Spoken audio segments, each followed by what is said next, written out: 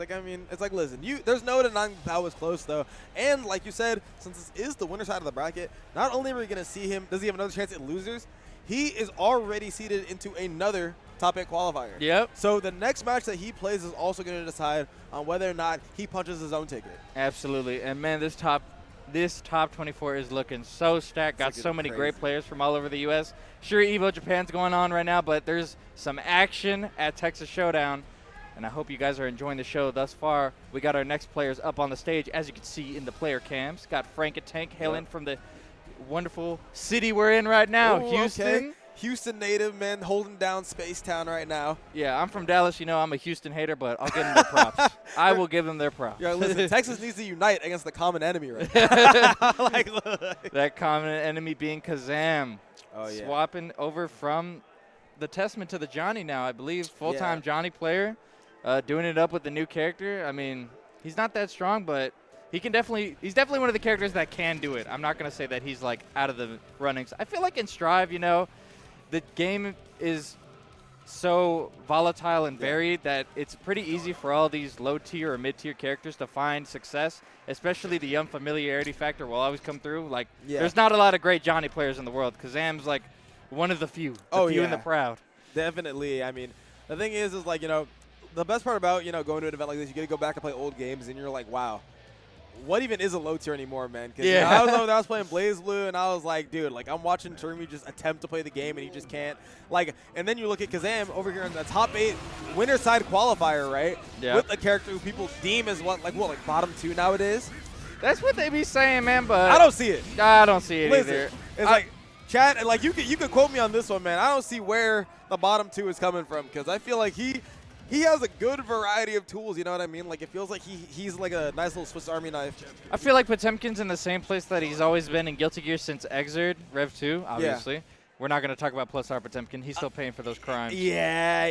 I was going to say, I was like in the same spot forever. No. I was like, wait a minute, let's relax. Whoa. No misinformation here, but Frankentank, one of the players who's been doing it up for years, man, from Rev 2, from Plus R, Guilty Gear player, and honestly, one of the strongest pots in the United States of America. Yeah, it's like, I guess we could just give him the world at this point, man. I mean, I feel like we don't see too many pots overseas besides like the Fab nowadays. Yeah, Fab's pretty much the only one that I can think of. I'm not going to lie to you. All right, going low there with the Mistfinder. I mean, listen, a lot of things changed about Johnny, but that Mistfinder rings true to this day. Yeah, the Mistfinder's still so solid. There's no levels to it anymore, but I'll tell you what, there's levels to this character's mix. And Kazam is laying him down right now, conditioning with that Mistfinder. Oh, yeah. Frankentank. Tried to catch something now. Pretty big health deficit to overcome. And it's looking like Kazam is going to try to close this thing out. Yep, throwing out the Joker trips, slicing that card in half, and putting Frankentank into the next round. Kazam up 1. All right, yep, getting things started with the perfect once again. All I got to say is if someone starts off with the first round of the set perfect, they went on to win the set all one time so far. So are we going to see that from Kazam? Or is Frankentank going to be able to find the answers that he needs to book his ticket? A big part of winning with Potemkin is definitely adapting to what your opponent could do. Yep. Frankentank has that experience, so I mean, Kazam also a player obviously with experience, been competing in Strive since the dawn of Strive. Oh yeah. So, I mean, honestly, I'm not too familiar with you know, if Kazam has come from other games, but you know, definitely at least in Strive, I've been able to make his mark in every aspect. Yeah, absolutely. Been playing and coming to Texas Showdown for years, since the dark ages of COVID. Oh man, it's like he's a real veteran. Then at least when it comes to the new age of Texas Showdown. Absolutely. Frankentank putting Kazam in that corner. Kazam finding the air throw, and now the gold burst for Frankentank, getting that 50-meter, but Kazam manages to find a hit and going to close out that round. Yep, Johnny, the best dealer in all the land. I mean, he's just throwing out these cards left and right. You know, just constantly reminding Pato, you know, the low-tier king that he is there, you know, with that card. And Kazam is going to take the first game here in what I would consider a pretty convincing fashion. Yeah, absolutely. Like I said, Frankentank still got the adaptation factor on deck, and he does have the home field advantage as well. You know, you got to think he's from Houston, so I'm sure he has some friends out there cheering for him. I mean, the Houston Spirit Bomb has to go crazy, especially when you're full of Houstonites sitting here in the venue right now. And like you said, it's the first system. We have plenty of games and plenty of rounds to adapt to whatever Kazam wants to do. especially with a character like Pot, you know you have that giant health pool, but right now Kazam is just putting on a clinic. This pressure is unending. Frankentank really struggling to find a hit in the neutral. It feels like all of Johnny's buttons just beat Pot's buttons. I'm not going to lie to you. This does not seem like an easy matchup. And the TK, Misfinder, going to break that glass. Yeah, it's like, I mean, it's like the buttons are longer, the buttons are faster. Like, what are you even supposed to do if you're Potemkin here besides bet it all on some armor and hope it works out? Yeah, I mean, Potemkin struggled against characters with good normal since the dawn of Strive, you know what I'm saying? Oh, man, like, but, you know, Kazam going ahead here, taking what I believe is 3 rounds straight. It feels like Frankentank hasn't been able to get started, but knock on wood, now he has Kazam right in the corner, right where he wants him. Hang on a second. Frankentank found the white Wild Assault button, and he's mashing it up. Does have the 50 meter on deck. The risk is cranked. Kazam blocking for his soul right now. Uh-oh. Oh, the grab! No. So unfortunate for Frankentank, and now he's going to lose all that risk, and Kazam's going to be busting this glass. Oh, man, losing out on all that risk is honestly probably more defeating than getting hit there. Like, you know, you really want that big counter hit to swing something back in your favor, but Kazam is just going to continue the incredibly clean play and hope that this What's My Name is going to kill here, but honestly, I'm not sure. It's going to be very close, but yeah, no. not going to do it just yet. Potemkin, he's a big boy. I was talking about that big health pool earlier. Frankentank finding another gold burst, but the Joker trick straight through the hammer fall. No armor saving you from these cards. My goodness gracious here, 2-0 for Kazam. This man, like, listen, the matchup could be bad, but even regardless, Kazam is looking absolutely unstoppable right now with this Johnny. Absolutely, and right now we are taking it into game number 3, potential set point for Kazam right now. Laying down the pressure thick, does find the Wild Assault counter hit, and gets the card set up. Burst for Frankentank, doesn't want to deal with the corner. Uh-oh. Oh, no. Tried to get a punish there on that Misfinder, and is just sadly unsuccessful. Wow, 2S whipping, and Kazam just jumping on in, breaking that wall. Nice little punish now. Good block on the overhead by Frankentank. Has to find one opportunity, and this YRC might just be it. Yep. Frankentank does get the Garuda. Here comes the meaty setup. Goes for the Pot Buster. Kazam is ready with the mash. Frankentank just needs one good read. That's what pot players live off of. Oh, man. It's like, and the read is just not coming yet. Oh, the 2D actually trading. Yeah, it's like that trading is so unfortunate, but might get one more opportunity here. Oh! Oh, no combo. Hang on, this is neutral right now. Kazam just playing sub-bation. The Misfinder to close out that round. Going on to set point over Frankentank. No, one more opportunity here for Frankentank to try to keep his winner side hopes alive. Kazam has one more round to take it. I mean, listen, winner side top 8 of a bracket like this is a great position to be in. Absolutely, because, you know, you still get that second life in losers, but right now, Frankentank. Oh, no. Oh! What a backdash, man. Oh, my God. Get me out of this corner. I don't want to be here. I see the vision. Oh, my goodness. We talk about the reads that Frankentank needs to make. Let's talk about the reads that Kazam is making right now. It feels like he is right in every single situation. He hasn't mashed when Pop wants to. He backdashes whenever Pop wants to get his grubby little hands on you. And it's looking like it's on display here, except for that. Oh. Oh, no. The hammer fall is going to catch him, though. So unfortunate for Frankentank to take that little drop, and now Kazam does have the Misfinder, gets the card set up in the corner. Good defense for Frankentank, but gets caught by the 2K. No. That's going to do it. Kazam 3-0 over Frankentank. Our second straight sweep here on stream. Kazam is going to be our next winner's side qualifier right now. All I'm saying is that, look, now we have the stage is slowly starting to get set on the winner's side. A couple more matches to go. And then honestly, man, it's like as good as these winner side matches are, the loser side's looking just as interesting. The loser side looking juicy, man. You got crazy. So many Texas reps down there. I know all of them. I love all of them. They're all my friends. Yeah, but right now we got some more of my friends coming up. We got Walter versus Squanto. Is that another pot? Yes. That is insane. Milia pot though. Oh, although Walter does have the chip in the back pocket. I don't think he'll play it though. Nah, I'm like it's staying in the back pocket 100%. There's no way that we see. I was like, at least I hope that we don't see the Walter chip. I need. What do you mean? It's fire, honestly. Oh my goodness, no. He's over here teaching me things, bro. Now is that so? yes. I learned a combo from Walter. Shout outs to Walter. What? I've learned one combo. Yeah, literally one combo. All right. It's like, look at him go, man. Yeah, but we should be getting into it soon. Just about these players setting up the controllers and getting their buttons right. I'm I'm foreseeing a Walter W. I'm sure he's very familiar with the Potemkin matchup. One of Milia's most despised matchup because, you know, that Heat Knuckle just, like, kind of beats her character. Yep. Her game plan revolves around being in the air.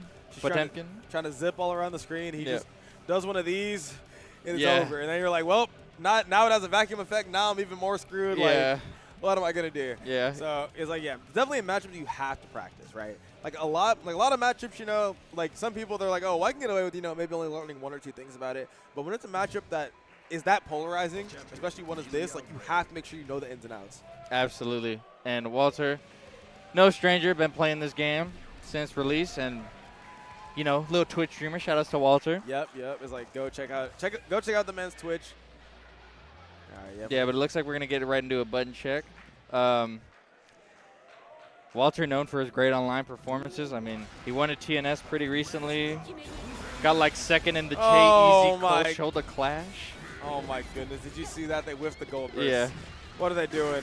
But yes, I do remember that J-Easy run. That one was pretty legendary. Like, man, 1,500 man bracket, getting down in that grand finals, and on the winner's side, no less. Like this man has showed that he has the endurance to, you know, make runs like that in these types of brackets. All right, he's like, listen, I got my car busted. Yeah. I'm good to go.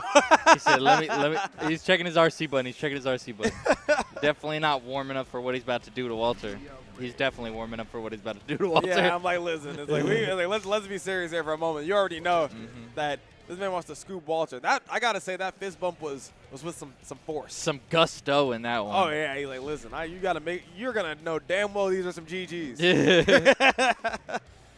But we're going to get right into it. Another winner's side top 24 match. Winner of this will move on into that top 8 spot here at Texas Showdown 2024. Walter, favored in this matchup, but Squanto might have something to say about it. You never know. It's Pot Milia. Anything could happen. Yep. All right, that wild assault. I mean, that's something that we didn't really see from Frankentank too early, right? And now we are seeing Squanto, kind of the opposite side of the spectrum, taking full advantage of the tools that God gave Pot. And I know that throw misinput was definitely Wild Assault again. And now Walter's going to break the wall, spending the Wild Assault for that hard knockdown and taking Squanto's burst. Does have the 50-meter on deck. Oh, yeah. It's like, I mean, Squanto. Oh! Ooh, all right. Gets the YRC. Now, I got to say, though, it's probably not even Squanto's burst. It's Squanto's 2 white Wild Assault. Yeah. Squanto don't need that burst. All right, going to take him through the wall, though. Look at us now. Hard knockdown and full meter in the tank. An easy victory.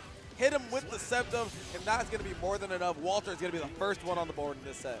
Great stuff to Walter, closing out that first round. Right, Wild Assault to start it off for Squanto, resetting into that Garuda. Oh, yeah, lots of fuzzy jumps here. Yep. From Walter, you already know that he's going to try and get in the air with the throw. But if you notice, Walter's doing a whole lot of grounded approaches, unless it's for the Oki setup, clearly. Yep. Walter electing to play grounded, does not want to deal with the Heat Knuckle situation, whether it's blocked, whether it's hit. Just doesn't want to deal with it at all. There we go. Gets out the burst once again. Honestly, though, I feel like with the way that this matchup works, as you said, it's so volatile. This is still anyone's game, despite the inherent advantage that Walter seems to have. Oh, but Walter, no. He's going to close out this first game. 1-0, Walter over Squanto. Looking very solid right now, playing at his best. We got the Odin's Eye Gaming Squanto versus the new head Walter. I know both of these teams are very proud of their players. They've been putting in the work. I can hear the OEG fellas cheering for Squanto out there right now. Shout outs to Tibbers. Oh my goodness. But Walter going for the cross-up. Nice defense from Squanto so far, but of course, as I say that, he gets caught in a frame trap. There's the grab for Walter. Going to set up that H-disc. Big counter hit. And now he should be pushing Squanto back to that corner.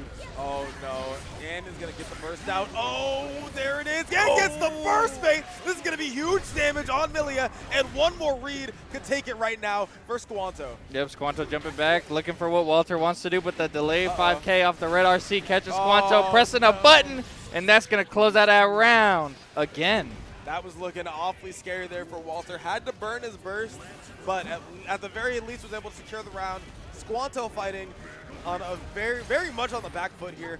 Has to make at least 2 reads to even up the set count right now. Yep, absolutely. Right now, Squanto just looking to ICBM, but ends up putting himself right into the corner. Great conversion here from Walter. Going to break that wall again. Positive bonus on his end. Squanto does have the full burst gauge. Oh, no. Doesn't get the car up buster. All of OEG going ham. Unfortunate for Squanto and gets punished on the ICBM. Playing a little nervous right now. Oh! Speaking of nervous, that's going to be more than enough to close it out. Just going for the winner. Wants to ensure that pot is dead. Doesn't want to give him any chances. And Walter is going to go up 2-0. Over Squanto. Looking great. Are we going to see 3 sets? The 3 donuts? Sweep? It's That's Krispy insane. Kreme out here, man. It's just donuts all I can see. I'm going to go get some Krispy Kreme later on. Man. I got me hungry for some donuts right now. Nice far slash for Walter. Pushing Squanto towards that corner. Great conversion. Safe jump. Counter hit close slash. Walter doing it yet again. Big damage and the wild assault to break the glass. Looking like a speed run so far. Only 50 seconds of in-game time that are taken off the clock. But Squanto is going to get an opportunity now.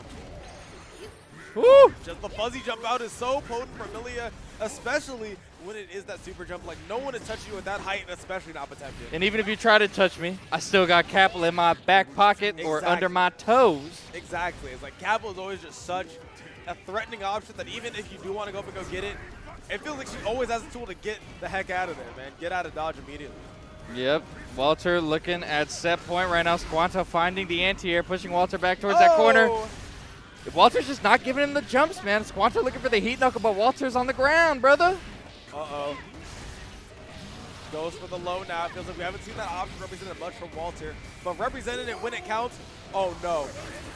Yeah, Walter just electing to spend the burst, and now Squanto's going to burst himself, but Walter was ready. He a little burst baiter. Oh, no. This is not going to kill. Nope. Walter One more chance. Yeah, Walter not going for a combo now, and now this is actually even. Yep. This is the crazy part. But Walter is just waiting for that 50 meter. Does get the cross up on the white wild assault. Nice try from Squanto, but Walter taking it for New Heads 3-0 right into that winner's side of top 8. Yep, I know that New Head is happy right now.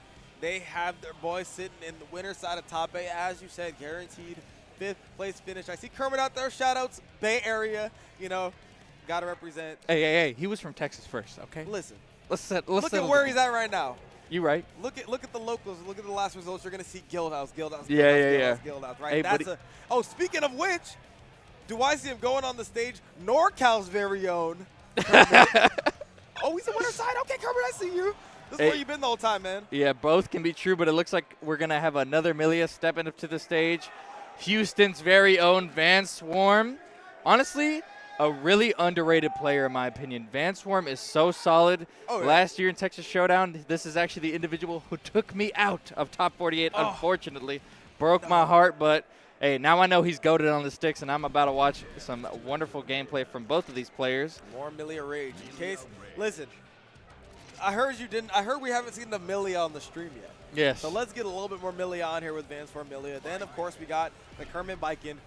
Honestly, at this point, this has been seen all over NA. This man has made his waves over in the East Coast, has made his waves over here on the West Coast. Now is bringing the Bikin down south, placing the tatami mats all over Houston, and is going to try to carve out his name in Texas Showdown history against Vanswarm. Yep, Kerm is definitely a player who's been improving a lot over the years. One of the strongest Bikins in the United States of America. Yep. Well-known player. Like you were saying, competes at multiple events. A little bit of a U.S. World Warrior. Oh yeah, for sure. He's at the very least an NA Warrior. Like, yep. I don't think there's a region that this man hasn't been to, right? Besides like maybe FNW, it's like he's been to NorCal, been to SoCal. He's been out there in the Midwest for Frosty. Went over to the East Coast where he got his first medal, and now he's down here, kicking it down here with us in Space City. Yes, but before Kermit was a new head, before all of that, he used to live in the beautiful city of Dallas. And we miss him. DFW. And he told me today that he misses us. But he also said NorCal's dope, so, you know. You know it is, baby. Listen, I ain't gonna say none. Shout out to the 408. We love San Jose out here. Listen, at this point, I feel like that's all people know me for, but you know what? It's a great brand, man. Best region in the world, baby. But, you know, besides all that, I got to ask, right? I've been talking to some of my Dallas friends, and they're telling me they don't rock with DFW. They're like, listen, we are Dallas or we are Fort Worth. Like, don't lump us together. So where are you on this issue? I think DFW is DFW. There's you can say you're from Dallas or you can say you're from Fort Worth, but DFW is an area on the map It's on the map. You can't argue with it not being there. It's literally a region. Said geography says all. Yes. But hey, if you say you're from Dallas or if you say you're from Fort Worth, congrats on claiming, your own city. Yeah, it's like I hope you're saying that. Yeah. I'm from Dallas, but I'll be running events for all of DFW equally. Man of the people for sure, man. Shout out Sloth, man, I gotta say. But H just set up. Great round start for Vanswarm so far. Looking for a little burst bait. Kermit electing to spend it. Does not want to get put through that wall and give Millia this positive bonus. Oh, man. It's like hitting him with the 360s now. Vanswarm, like you said, is such a potent competitor. And Millia is such a potent character, especially in this versus 3 environment. Yep, especially with the artist, man. This change from Arxis is great for Millia's routing, Millia's damage, and she gets some new mix-up opportunities with it. Nice empty low to catch Kermit. Not blocking his toes. That's going to close out that round. Oh, the Japanese guts. Yep, I was going to say, I was like hoping that the 5H is able to be enough. And Vanswarm is going to be able to kick things off. Getting first blood here in the set. In a very powerful fashion. Kermit getting smacked by that 2S counter hit, but electing to spend the burst, and now he's in the corner. Wonderful jump up JH from the corner. That's where Biken loves to be, in the air. Yep. All right. Like, speaking of loving to be in the air, listen, who else wants to be in the air but Millia? And who else wants to take you out of the air but that Millia close slash? Such an incredible anti-air. Yeah, one of the best anti-airs in the game for sure, man, and it's multi-hitting, so it's a little more tricky to deal with than the normal anti-air close slash.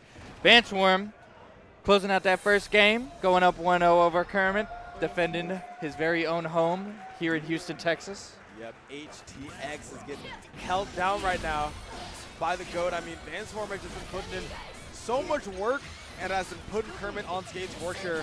Wow, what a punish there on that Mirage. And that's going to do big damage to Millia. Oh, throw whiffs. Yes, sir. Get the air throw there. Yeah, wonderful PRC from Kermit, getting the air grab out of the capel. That's the counterplay they keep telling me to do. But every time I do it, I get hit, man. But right now, Kermit busting up Vanswarm, taking that first round here in this game, too. Kermit is like, listen, it works, I swear. Like, look at me do it. I promise it works. I'm getting educated right now. Oh, my God. Oh, no. He's kind of deadly for that one. Ay! Speaking of deadly, close slash from Biken on Millia. You already know it's going to be big damage. Surprised there wasn't no parry there from Kermit. Yeah, I mean, honestly, if we're talking about the Bikens, especially the ones in NA, one of the least parry-happy ones, right? Yeah, that's true. Likes to utilize a lot of Biken tools, but the parry isn't necessarily in that bag of tricks. Oh, getting the dash cancel. Oh, man. JK trading with 5T, but a wonderful air-to-air from Vanswarm. Honestly, Kermit. I don't even know if it traded. I think that Vanswarm just didn't believe, and is going to pay for it. Now Kermit is going to go 1-1, and it's looking like we have mitigated the curse of the sweep. No more donuts here. Oh, man. The hot and ready light is off. The hot and ready light is off. Man, I love Krispy Kreme. So good. I'm like, donuts after? Come on. But here we are, game number 3, ladies and gentlemen. The 5D, interesting choice from Vanswarm. Maybe a misinput. All right, gonna hit him there with the 2S. We all know it, we all love it. Putting the disc on him and going ahead and running the mix. Good block by Kermit, though. He's gonna try and fight their way out, and it's successful. Ooh, what a jump up JS from Vanswarm, catching Kermit in that area that Biken likes to be.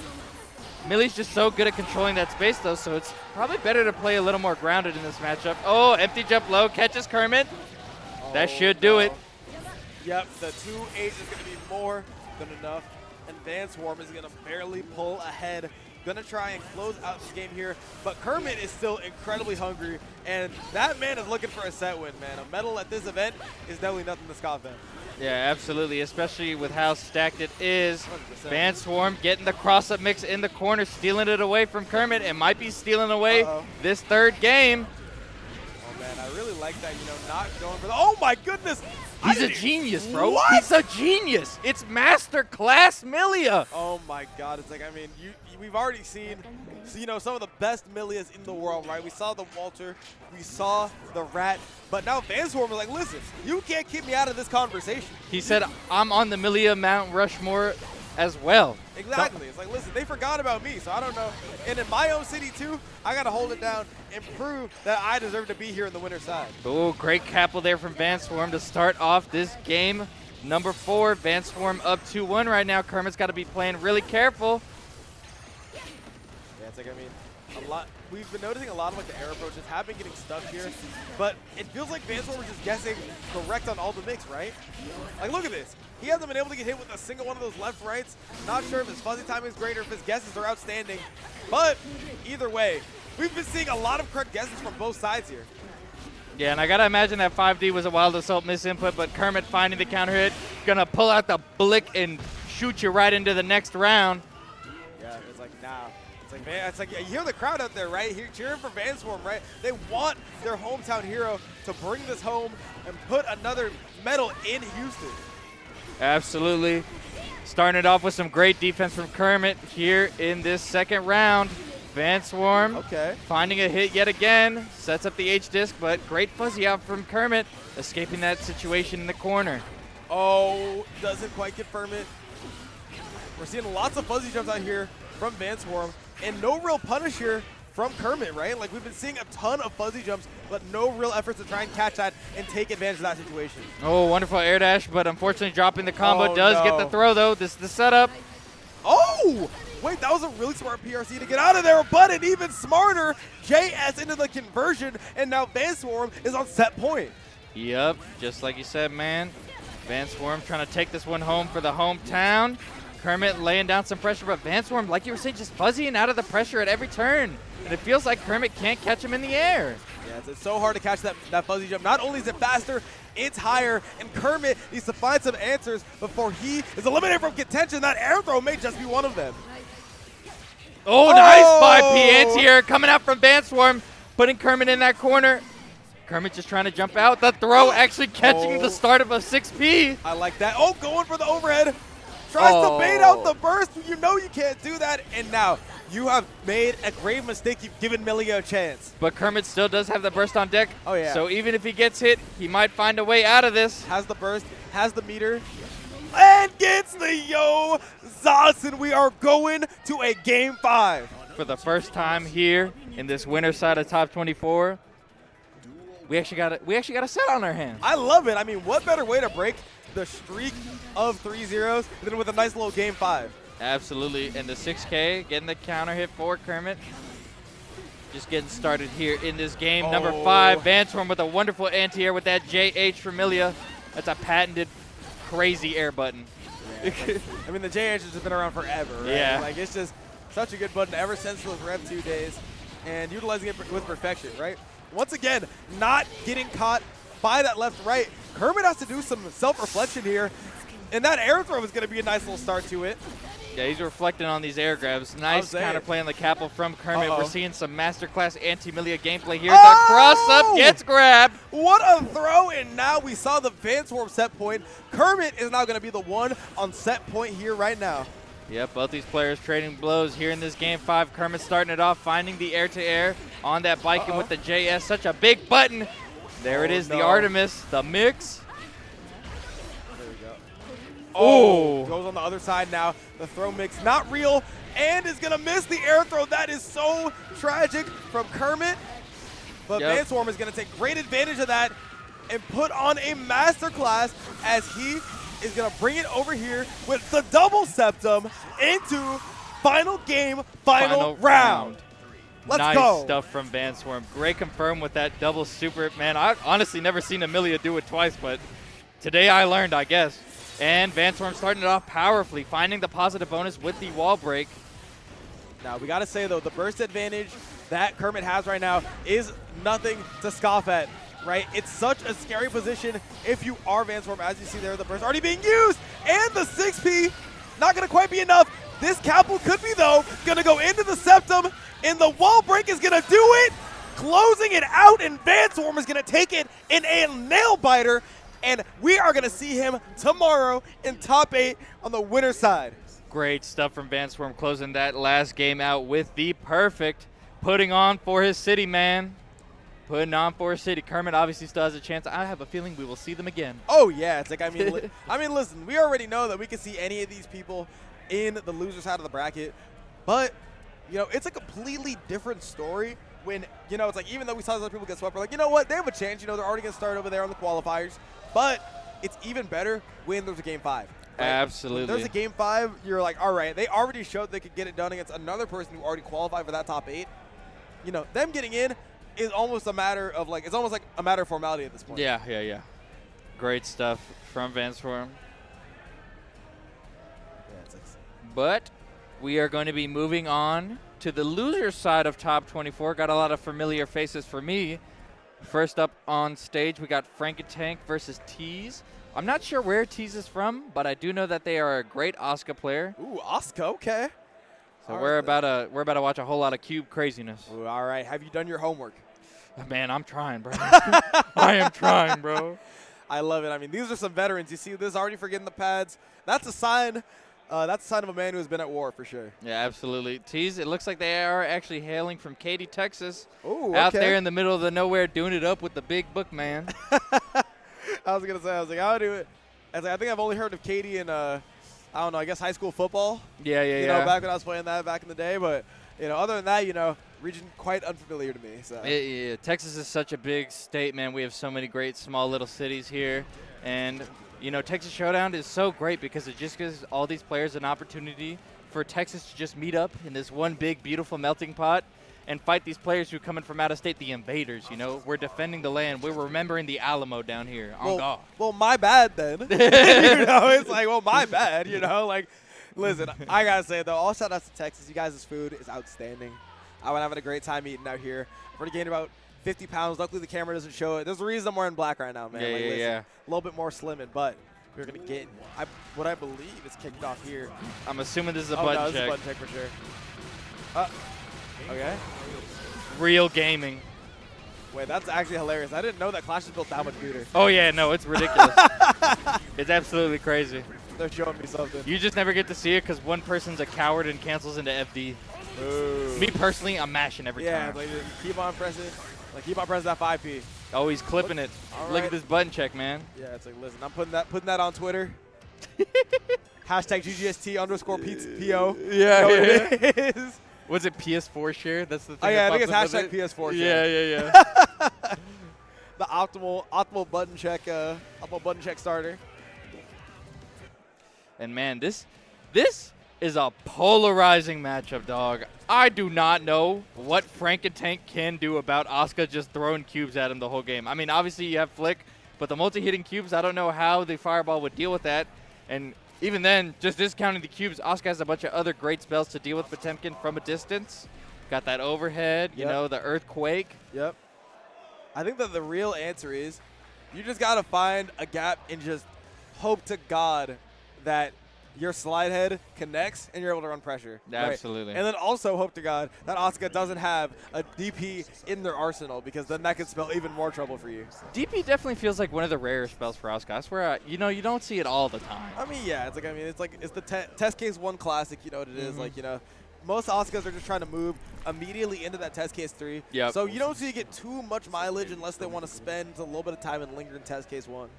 Yeah, some Asukas electing to do that, but like you were saying, most Asukas just want to sit in that higher test case, get access to the OP spells, or, you know, the good spells. Yeah, I won't say OP. I'm saying OP. Listen, yeah, he's broken. All right, now that we're being honest. All right, this is going to be our first qualifier on the loser side now. So now, not going to be getting that guaranteed 5th, but a guaranteed 7th place for the winner of this set.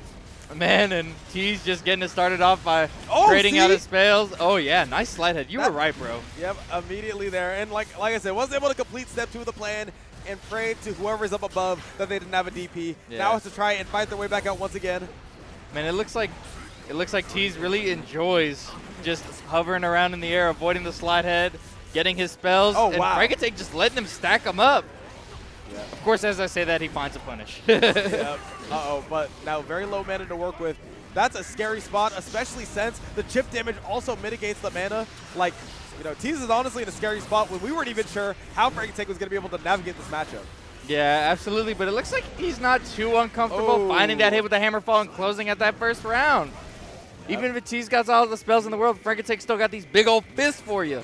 Yep. Oh, wow. I got to say, that round start is really good. Has the overhead, has the DP, has some really good spells in the tank already. So if there's a round that Teez is going to win, it's going to be this one. Yeah, and one of the hardest parts about blocking Asuka is paying attention to what spells he cycles into his deck. But right now, Teez putting on the pressure, laying down the gravity staff. Oh my God, the 5D. I'm telling you, that's an unblockable. Yeah, absolutely. How am I supposed to see what Asuka's doing while the cube is in my nose, man? Oh, he forgets that the gravity. Oh, goodbye. Yep. When are we gonna see our shooting star edit of that of the cube going out of there? Oh man, tried to close it out there, and now gonna get a recycle. That gravity staff or that magnet staff, I mean, is just so unfortunate. Now it's gonna be in what I consider a losing spot.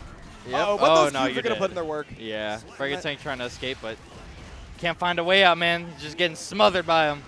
Too many cubes. Look at the spells, man. Oh my god. We are screaming. Look at this here. That's number 3. And now we got the rainbow. This has got to be some of the best RNG. I need Teez to go out and buy a lottery ticket immediately after this set. Absolutely. And looking for those new spells. Gets the big wave and a little teleport and has that mana regen on deck. Wonderful position for Teez. Frankentank finding the White Wild Assault, but the punish on the ICPM. All right. I love the, the ICPM, or they call it heat tackle. Such a great move. But got the purple cube coming out now. If anyone didn't fail geometry class, I already know that Teez got an A+ in that joint. Gonna take the first game, and honestly, that one was a slog. Yeah. Like that game went forever. It feels like both of these players have to really work hard to get those wins. Yep, and Teez just cycling through these spells. Got Frankentank in the corner. Frankentank electing to spend that burst. No Wild Assault for you. Big 50 meter for Teez, though. Has Frankentank in the corner yet again. Nice blocks on the low, but gets caught by the overhead. Oh, yeah, gonna hit him with the 6H into the big old cube there. Look at that. That's a good amount of damage for the amount of health that Pop was at. Like, honestly, Teez is in a great spot. Yep, and setting up the super, finding the mana gen respell. Oh! We were talking about what answers he had. I completely forgot about White Wild. Yeah, White Wild also kind of invalidates the cubes very well. But now we have less than 50 burst on the side of Frankentank, so how is he going to do this? Nice wire Steve from Frankentank.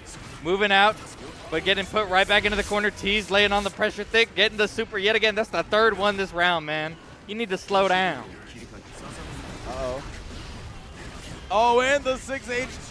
5D gets blocked. Nice defense from Frankentank. Does have the 50 meter on deck and gets the slide head.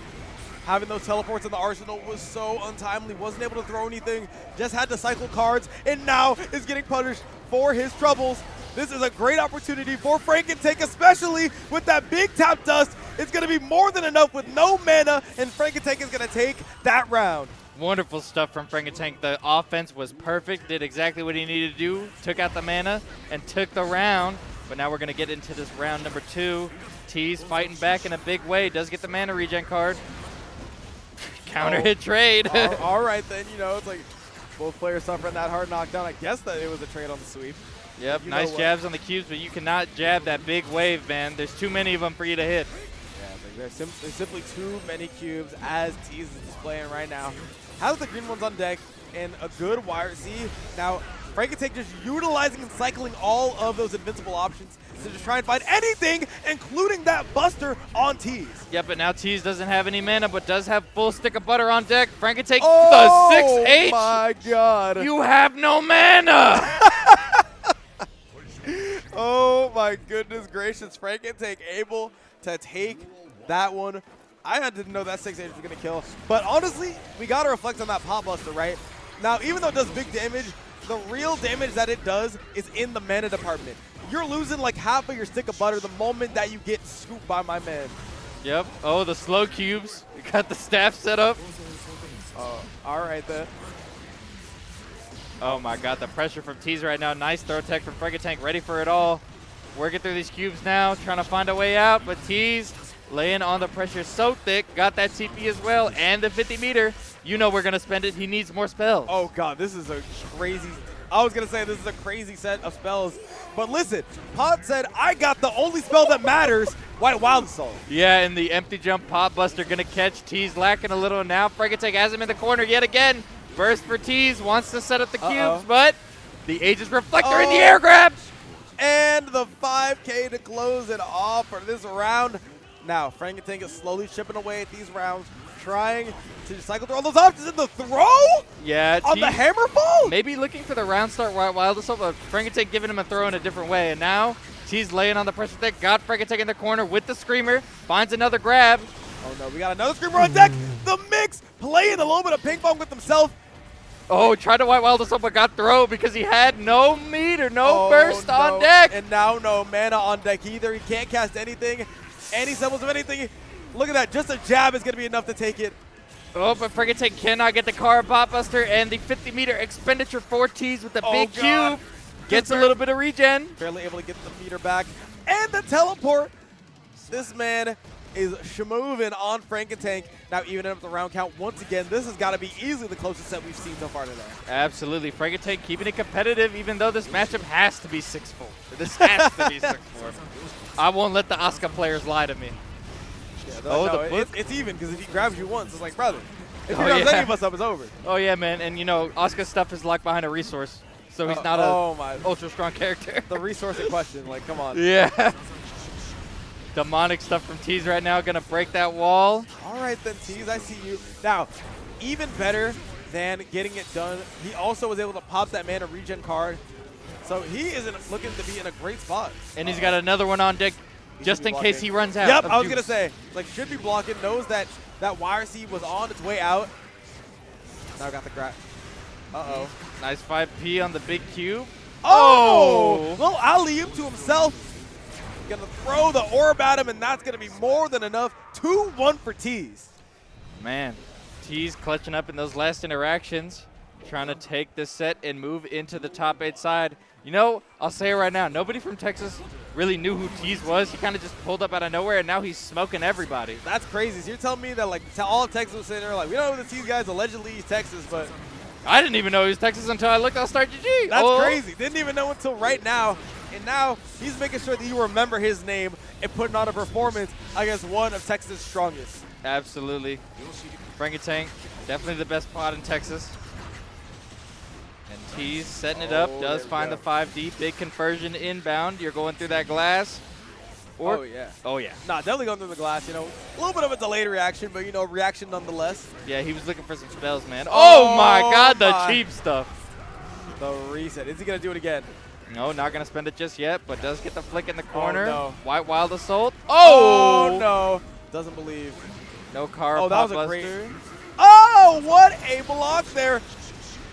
Does he know? Like, how does he know? Oh, that's so unfortunate for Teez, though. Threw a little too early in Frankentank, trying to move this on to a Game 5. Teez got the full burst meter on deck, but the White Wild Assault right through the cubes. White Wild Assault, your troubles away. Uh-oh. Now, we're eating that frame advantage. Good jump out from Teez. Oh! Almost put on a masterclass there dealing with those cubes. Looking like he's got it under control, but there's just too many of them. Yep, the slide head armor getting absolutely smoked by these multi-hits coming out from Asuka, and Teez is going to get some new spells. All right, then, Teez, you know, taking a little bit long to mulligan. You know, playing a nice little middle deck here in, honestly, I believe it's test case 1, right? Yep, still through it. Got the big wall of cubes. Frankentank, impossible position. Not going to spin the burst. Again. Oh, he's a better man than me. Just goes for the 6K. And I believe the chip damage is going to be more than enough. Set point here for Teez. Absolutely. Teez looking to take this one home and move on into the top 8 loser side. Now, one of the crazy things that we talked about, remember how we were hyping up test case 3 all that time? This man, Teez, has not even left test case 1. He's just been enjoying himself, man. Yeah, he's just been hanging out, you know. He's like, listen, these are the cards that they give me at the beginning. They're more than enough to win. It could just be a matchup thing, because I feel like Pot kind of gets smoked by test case 1, just from what I've been watching thus far.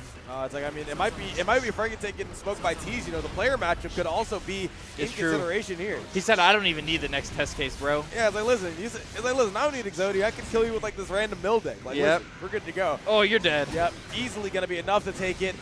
The 6-8 and the Wild Assault to close it off in a poetic fashion. Teez is going to move on in what I would consider upsetting Frankentank to qualify for this top 8. Absolutely. Big upset. Teez, like I said, pulling up out of nowhere and just getting the top 8.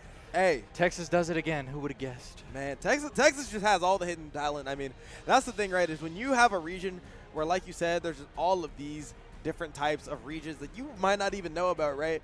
Or that, you know, you aren't too familiar with. You, in that case, are going to give people who show up like the Teezes, you know, who come through and are like, all right, you don't know who I am, but you're going to know me by the end of this.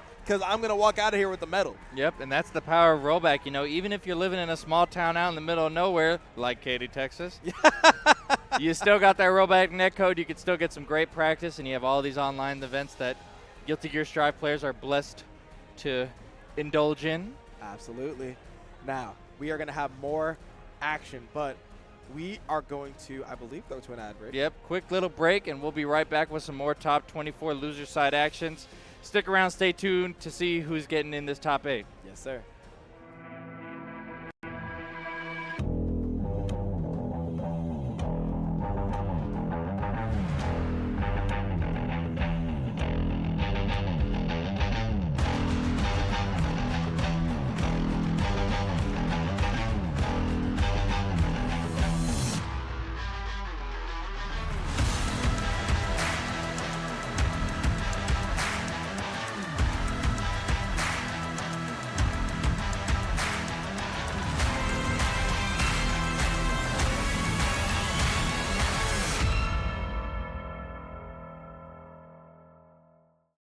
Seimetsu's latest and greatest screw-in buttons, speedy inputs, hot swappable MX switches, and a variety of hues to complement your latest controller build.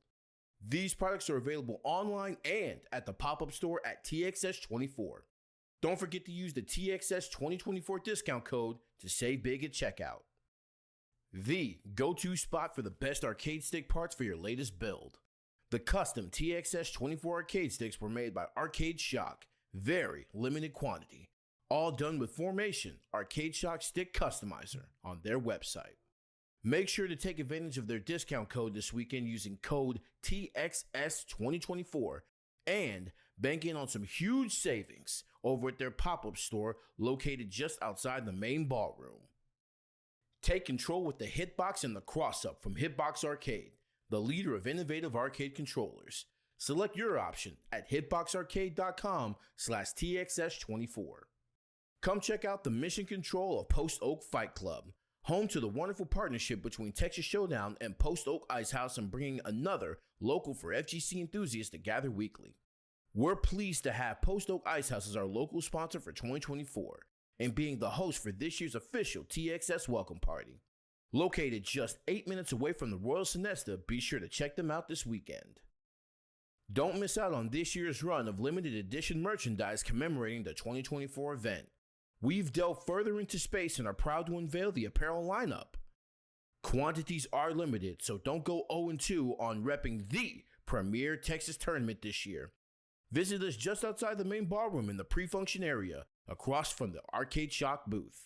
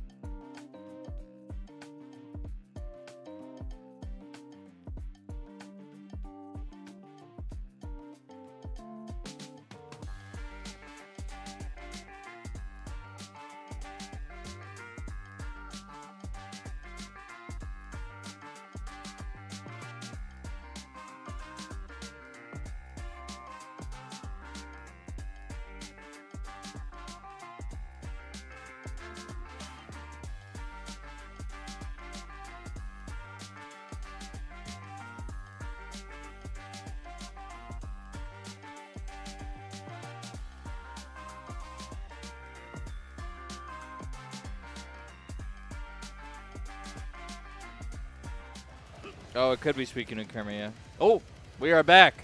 Hey. Ladies and gentlemen, welcome to Texas Showdown 2024, or if you were sticking around, welcome back. We are still here. Your boy Sloth and Avian. Yes, sir. I hope you guys got some nice snacks. Got yourself some water. I know I'm hydrated right here, man. Listen, my voice could definitely use it. But we are going to get back into the action. Now we're going to take a nice little detour on down to the loser side. We've been here for a little bit, but now we're going to settle down here now that our winner side is all set in stone. Yep, absolutely. We are here on the loser side looking at not a qualifier, but another set in the loser side of brackets. We got DFW's very own Izzy on the Leo White Fang versus Lora, representing Stupid Fighter. Big shout outs to Stupid Fighter and James Chomsvone. They be running online third strike brackets, bro. Ooh, I might need to tap into that. Wait a minute. Yeah. Oh wait, we got something. I think it's a photograph. Hey, can we get that? What are we looking at right there? It's definitely K-pop? Yep, K-pop. Oh, all right then. Let's go, Izzy. Yeah. Let's go, Izzy. Oh my goodness. Now I gotta say, I played Izzy very, very strong Leia. Yes. Yeah, I was. They beat me 21-0. Ooh. Now I can't say they were doing all that to me. Yeah, I got bodied. Oh wow, it's like wow, Lora, off to a strong start here. Yeah. All right, here we go. Gotta get things kicked off here. The score should be getting reset soon. Lora hailing from Houston, Texas as well.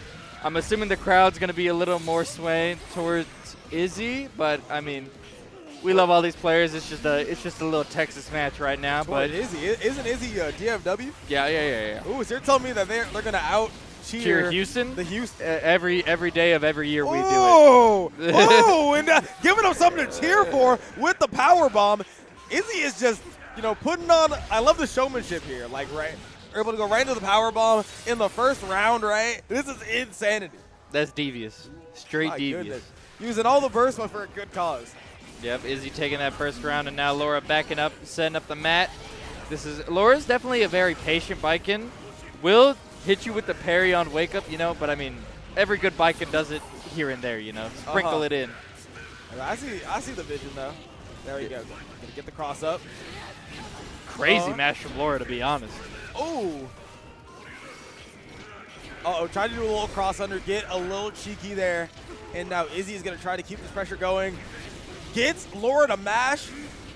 Oh no, the pressure with that H fireball. So scary, but parry is going to be your guardian angel in all those situations. Lora is going to get something started now. Yep, that 2S is -2, so Lora taking advantage of using that one frame reversal and finds another parry for the troubles. Izzy. Oh, that could have been a conversion. And that could have been not a throw, but great awareness from Lora, is able to close out that round, tie up the rounds at one apiece here. Oh, far slash will start it off for Lora, scoring that big counter hit and the safe jump just to avoid that Leo deep flash kick. Uh-oh. Uh-oh. Watch your ankles. Wild assault to bust the glass. Izzy wanting that hard knockdown, finding the route to that positive bonus. BRC! Whoa, what is this route here from Izzy? Isn't quite able to pick it up, but a great starter, incredible concept, and now he's able to get some offense started. Oh, Lora looking to find a tether, but can't get the hit in neutral. Does set up the Tatami Mat Meaty and gets tricky with the tether, but the flash kick right through the blue wild assault. That is not invulnerable. Oh, did they get Parry? the OS off in time? Oh! And they weren't quite able to get it, and that's going to be a Lora victory. Even with the guts, man, that's crazy. I didn't think that was going to kill just yet, but Lora knows better than me, I guess. Yeah, it's like, I mean, listen, you got to let it rock, especially, you got to execution test them on the OS right away. Failed execution test, and now Lora is sitting here, with the advantage here in the set. Yep, Lora up 1. But fighting their way out the corner, Izzy does find the 2K. Izzy's so good at converting 2K into that flash kick. What a powerful conversion from Izzy, breaking that glass, getting the knockdown. Ooh, what a mash there. Nice tech from Izzy, the IB from the air on the 2D. Oh, wait, Izzy's defense is incredible, and then just caps it off with a YRC. Catches Izzy trying to be nice and proactive on defense. Now we're going to see another tech come out from Izzy this time. Yep. There it comes. Oy! Oh my goodness. Wow. Counter at far slash for Lora on the bike, and here it comes. Gonna break that glass. Oh no, not just yet. Quite. And that could spell trouble here.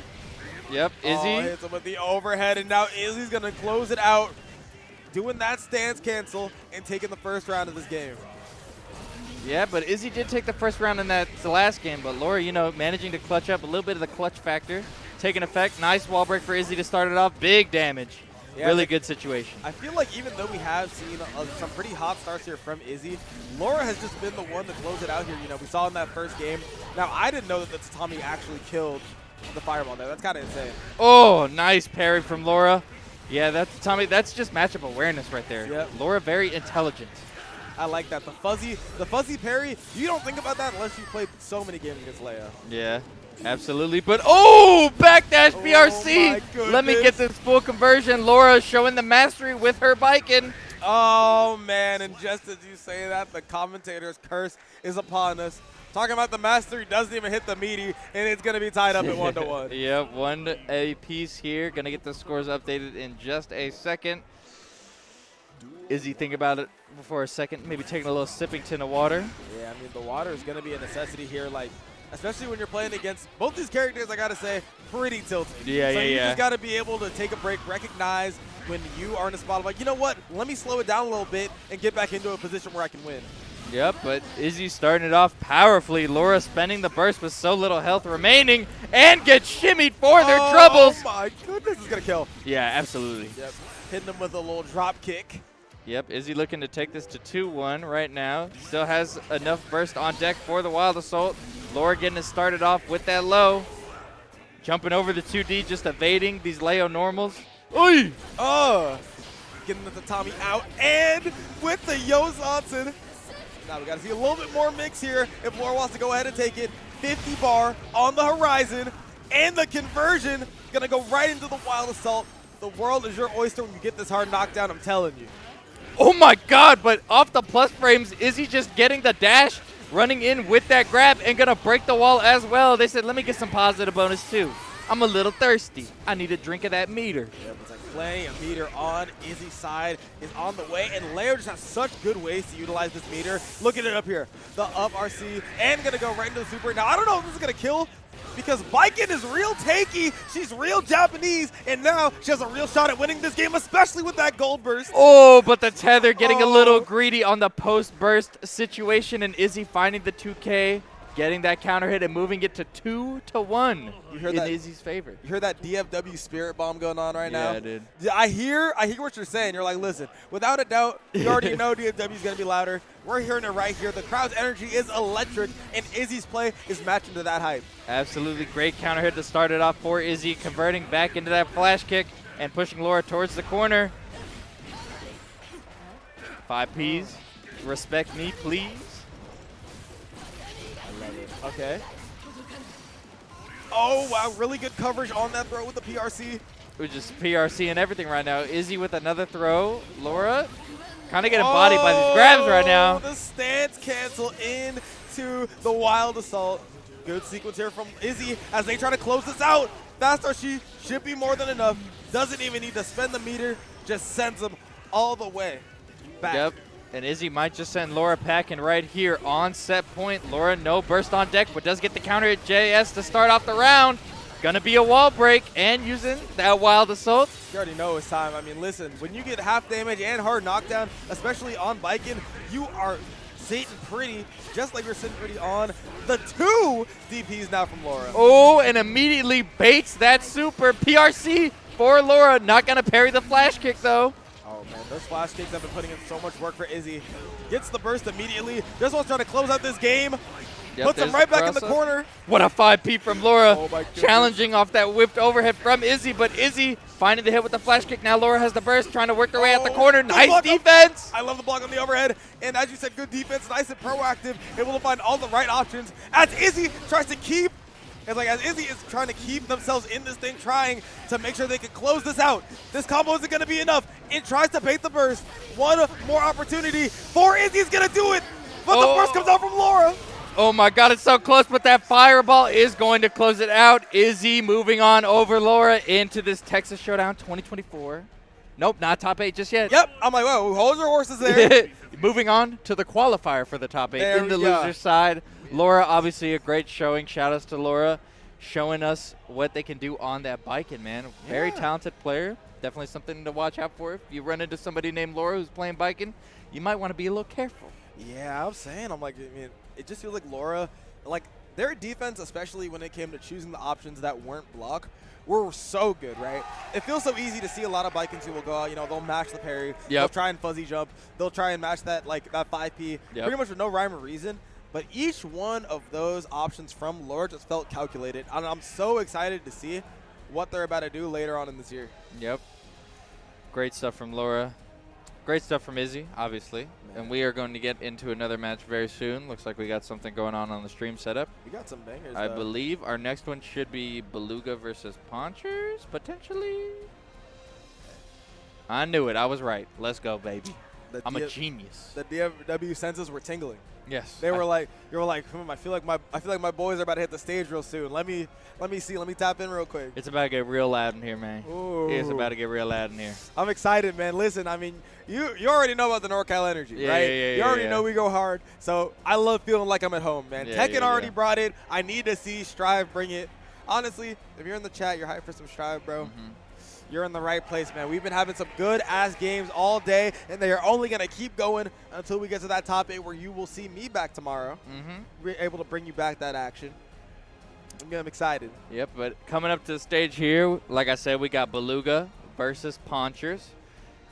Beluga hailing from the Dallas region. Known attender of Suplex. Me and him play all the time. Really great Melia player, very solid. Not on that Walter level, but they've been changing their focus to Street Fighter, and, here they are, still in top 24 because they're just that nice. Oh, yeah. It's like, listen, Street Fighter or not, like, listen, I'll always be here. I'll always be a staple of, that Texas Melia mastery. There's a pedigree that comes from being the Melia from Texas, right? It's true. It's true. Like we do it different out here. Exactly. So y'all are mixing people different. Everything's bigger in Texas, including the number of mix-ups you're going to get put in. I need a mod. If there's any modders out there, I need a mod of Melia's hair car, and it turns into a lowrider. You know what I'm saying? That's some real Texas energy right there. Or a little longhorn. That'd be kind of tight. Oh, man. It's like, I know there's somebody out here. This is like 300 people watching. One of y'all makes mods, bro. I'm telling you. One of y'all does it. Give it to me. But Ponchers, hailing from Austin, once a DFW native, but, finished up that school. Shout-outs to graduating. Yep. And now they're back in Austin. God, when will that be me? I don't know, dog. Hey, you're looking at the wrong one. I didn't even try to go to college. Man, I should have joined you. But you know what? Like you said, shout-outs Ponchers. Shout-outs Education. Oh, wow. They're just going no headphones. They're trying to gather that crowd energy. Yep. I believe that they're just going to get started here. Is it a button check? No, we're going in. This is the Beluga blocking in the corner. Intense button check I've ever seen. Oh, no. Hits him with the anti-fuzzy and going to force out an early burst here from Beluga. Yep, no reactions on those MLAs from Beluga. Ponchers starting off deviously, but Beluga finding the cross-up. Burst from Ponchers. Doesn't want to get sent through the glass. Oh, man. The aerial prowess from Melia is so scary, and Ponchers isn't quite able to make it out of there unscathed. Look, 50-meter here from Beluga. What do we think he's going to do with this? Oh, it's coming. It's going to be the bad moon for sure, but it looks like Beluga finding the honest hit and the full conversion. Going to break that wall with the bad moon. Hey, I smelled it. You got it. Might not have been the metered option, but you know what? You knew that bad moon was coming. Yep, great air-to-air from Beluga to close out that first round, taking it over Ponchers, and now finding a counter hit on the JH. Good same-side mix in the high. I got to say, though, I am a big fan of the fact that Beluga is indeed an OS'er. Yep. That's my favorite, man. Whenever you got that 2-hit close slash and you're not OS'ing, I'm like, man, what's even the point? Yep, nice stuff from Beluga, but Ponchers answering back in a big way. Getting that wall break, a little bit of positive bonus. Eno with meter is a terrifying demon. Oh, man, gets him with the sweep. And now we're sitting here one apiece at the round count. But a slight burst advantage here for Beluga as we go into this last round. Absolutely. Oh, the far slash trading with the Eno. Oh, my God. Ponchers diving right in. He's feasting right now. Oh. All right, then. It's like putting up the H disc from full screen, I guess. You know what? I feel like it's so hard to use HCL against Melia. So whenever Ponchers does it, I'm kind of sitting there clutching my purse a little bit. Yeah. Melia is definitely one of those characters that's fast enough and has the right dash animation to just slide right under HCL. Oh, yeah. I mean, most people run under it, but most people don't have enough enough of that swiftness to go ahead and punish it. So. Oh, but Beluga finding the cross-up off the double air dash and gets the close slash. No super from Ponchers just yet. Oh! The pickup. Oh, no, here we go again. We've seen this before. Hits him with the fake, and is going to close out the first game. Beluga now watching his toes. Ponchers taking advantage with those 50-50s that Eno's known for, taking that first game. That was pretty slick, though. You know, looked like a nice little anti-fuzzy setup. Probably caught him going low, then going high, and now he's going to go here with a one-game advantage. Yep, and I will say traditionally that Ponchers has had the set advantage over Beluga. All right. Back in the day. Yeah, because I mean, Ponchers I mean, that's a name that we knew even over there on the West Coast, right? Yeah, like, yeah. I feel like he's entered enough, you know, online stuff to, you know, at least make his name known somewhat outside of the region. Wow, that is a very unfortunate situation. Oh my God! What are you YRC-ing? Just block, boy! Woo! You're dead! You see a little bit of that DFW pride coming out from Sloth. Listen, it's your event, man. You can't be afraid to hide it, especially if your boy is cooking. I mean, he's still your boy, but now in a different region. You gotta let him know. Hey, both these guys are my friends, so you know there is actually no bias. I have no weight in who wins this set. I just hope they're both happy with how they played at the end of the day. Oh, 100%. I mean, I'd be happy if I did that much damage to Amelia. Like, come on now. Absolutely, but Beluga finding a counter hit with that JS. And now Ponchers in the corner does have all the bar in the world. This man's played against enough Milia. Like I said, when this region is so filled with Milias, you know how to deal with the cheap stuff. And Ponchers is taking advantage of that. Look at how that matchup knowledge is paying dividends as they go ahead and close out a monstrous round against Beluga. Yep, absolutely. And I can hear the Tekken crowd lighting up right now. They're getting a little crazy. Counter hit for Ponchers to start it off. What a hard button to deal with, man. All right, hit him with the throw. Nice burst from Beluga, escaping the corner situation. Ponchers looking to take this to a 2-0. Now, I do wonder what the rationale is behind doing the H-Disc in full screen. I've never really understood the use case. Every Milia's just be doing it because they feel like it, I swear. It's like, I need a little break in this neutral. Please don't interact with me. Look at this H-Disc. Isn't it pretty? they're like, listen, I haven't maintained my 360 APM. Yeah. I need to do something. Oh, but it's down to the wire here in this last round. S-Disc for Beluga, not spending the meter, but the bad moon. You're dead. Called it too soon, said they didn't spend the meter. Gonna spend it the only way that Milias know how, with the RC on that bad moon, and it's gonna take it to tie up this set. Absolutely, one apiece here at Texas Showdown. This isn't even a top 8 qualifier just yet. These guys are fighting to get to that loser's top 8 qualifier spot. Ponchers starting it off with a big counter hit. Bro, it's going crazy out there. I was like, yo, Tekken? Wait a minute. But we getting lit over here, too. It's like, look, we got gear over here, man. Listen, I'm getting distracted, all right? Like, but we got some good stuff going on over here. Are we going to see the high? Once again, the anti-fuzzy mix coming out from Ponchers. That setup has been putting in work. Ooh, but low profile on the MLA with Beluga's 2K, but Ponchers managing to close out that round regardless. Looking to take this to a 2-1 situation. Yeah, it's like, I mean, if I'm Ponchers right now, I want to make sure that there is not even a semblance of a chance for Beluga to try and come back from this. Because if you give Millie a first-to-one situation and you're trying to bet on yourself, you are a brave man for sure. Yep, what a close slash from Beluga to catch that anti-air. Oh! Like you were saying earlier, one of Milia's best buttons when you're trying to jump around above her, but full conversion from Beluga and the cross-up. Nice defense from Ponchers. Oh, man, we have seen so much of that bad moon, and we've seen no answers from Ponchers, and we've seen plenty of opportunities being taken from Beluga, tying up the round count once again. We are looking at an incredibly close set right now. With a perfecto to boot. Beluga has Ponchers in the corner. The throw setup off the H-Disc, so cheeky. Trying to get the shimmy with that backdash. Oh, man, it's so funny that we are seeing Beluga try to hit these TK bad moves with no meter. Yeah, the JP. It's like, yeah, we got the super jump JP. We know what you are. Listen, it's like, we know what you're trying to go for. Keeping it. Oh, this is not gonna kill. It's close though. Nah, it's like, remember that nerve on the supers is just so nuts. But you know, you still at guess for game. Ponchers trying to block the high, but a double perfect from Beluga, back to back, to take you in. I mean, this is the momentum that you need, man. Yeah, I mean, for when real. you're on Milia, it's like you, regardless of whether you say it or not, are our momentum best player for sure. And those double perfects are gonna do more than enough to keep the vibes nice and high. Yep. And now we're getting started here in this game 4. Ponchers looking to take this one to game 5, but the counter hit JS from Beluga might have something to say about that. 2P with the frame trap. Oh, tries to get a mash in and is only going to catch Beluga mashing on that burst. Ponchers is going to take him all the way through, coast to coast, and isn't even going to check her back. He's going to make her pay extra for that one. Yep, absolutely. Great 2K counter hit on the whip 2S from Beluga. And now setting up the pressure. Ponchers with that meter on deck. Will he elect to spend it? Oh, safe jump from Beluga. Burst from Ponchers. Going to spend it. Wants this round right here, right now. Honestly, I respect it. You're going to get that burst back eventually against Milia. Might as well spend it now because win or lose, you are going to get that meter back and it's going to be able to get that round as a consolation prize. Ponchers is still in this thing. Absolutely. And the 2K to start it off for Ponchers. Beluga getting caught on the ground, lacking. Ponchers not going to break the wall just yet, but Beluga does have the burst. Man.